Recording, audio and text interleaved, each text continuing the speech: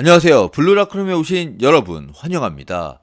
어제 페퍼저축은행 홈에서 올 시즌 숙명의 라이벌 도로공사에 패하며 결국 꼴찌로 내려앉았습니다. 창단 3년 차인 페퍼 지난 두 시즌 모두 꼴찌였는데 세 번째 시즌인 올해는 FA 시장에서 46억 8,500만 원을 투자하며 올 시즌 한번 제대로 일내 보겠다는 강한 의지를 보였는데요. 그리고 그 중심에는 박정아가 있죠. 지난 시즌 도로공사 우승의 주역 박정아를 페퍼는 연봉 총액 7억 7,500만 원으로 데려왔습니다. 연봉 7억 7,500은 김연경과 똑같은 금액으로 V리그 최고 연봉 선수고요. 총액 기준으로는 3년 계약으로 역대 최고액 선수가 됐습니다. 한마디로 V리그 역사상 가장 몸값 비싼 선수가 바로 박정아입니다. 하지만 박정아 페퍼로 이적해서 지금까지 보여준 모습에 많은 배구 팬들이 실망하고 있습니다. 벌써부터 먹튀 아니냐는 얘기가 나오고 있는데요. 과연 박정아는 먹튀일까요? 먹튀. 네, 우리가 흔히 쓰는 표현이죠. 먹고 튀다의 준말로 스포츠계에서 많이 쓰이고 있습니다. 엄청난 연봉 계약을 했지만 실제 활약은 너무 저조하고 성적이 형편없어서 한마디로 팬들 복장을 뒤집어 놓는 것이 바로 먹튀죠. 예를 들어 메이저리그 LA 다저스에서 맹활약하고 텍사스 레인저스와 수천만 달러 계약을 하고 망한 박찬호나 비슷한 예로 클리블랜드 인디언즈의 활약을 발판으로 역시 텍사스와 계약하고 망한 추신수가 먹튀의 대표적 사례라 할 수 있고요. 축구도 수많은 먹튀가 있지만 가장 최근 선수를 보면 첼시에서 화려한 전성기를 보내고 무려 2,250억 원이라는 엄청난 이적료로 레알에 이적해 4시즌 동안 단 7골을 넣고 역대 최악의 선수라는 평가를 받는 바로 이 사진 속 이미지 에당 아자르가 있습니다. 박정아가 과연 이 선수들이 반열에 오를 수 있을까요?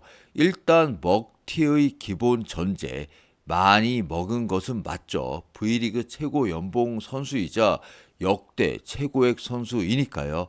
그럼 과연 튀었는지 이 부분을 살펴봐야겠습니다. 물론 박정아는 올 시즌이 이적 첫 해입니다. 앞으로 드라마틱한 반전이 일어날 수도 있습니다. 다만 지금까지 활약을 보고 한번 얘기해 보겠습니다. 박정아 선수 올 시즌 기록을 한번 보시죠. 8경기 전 경기에 출전해 103득점, 32.48% 공격 성공률, 서브 세트당 0.09개, 블로킹 세트당 0.33개입니다.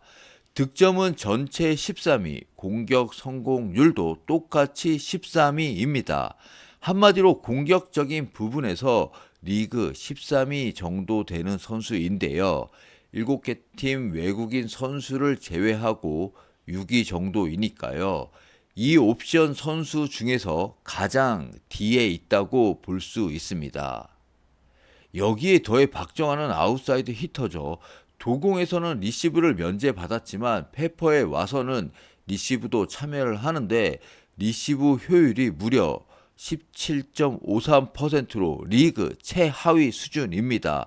이러다 보니 오지영이 박정아 리시브를 커버치다 망하는 장면이 많이 나오고 있고 심지어 어제 도공전에서는 박정아가 뒤로 빠지고 야스민이 리시브를 받는 그런 상황도 이어졌습니다.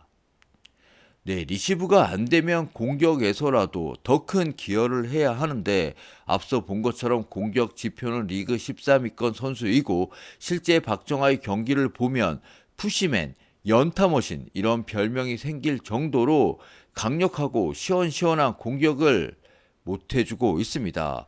박정아가 더 우려스러운 부분은 지난 시즌과 비교해 거의 모든 지표에서 하락세가 뚜렷하다는 점입니다.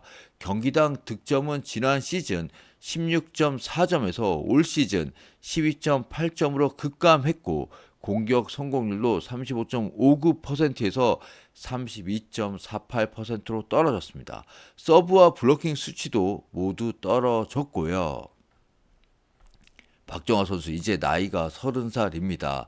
35살 김연경은 워낙 월드 클래스니까 예외로 하고요. 30살이면 이제 전성기가 꺾였다고도 할 수 있는데 박정아는 경기력이 눈으로 보기에도 지난 시즌보다 많이 떨어졌습니다.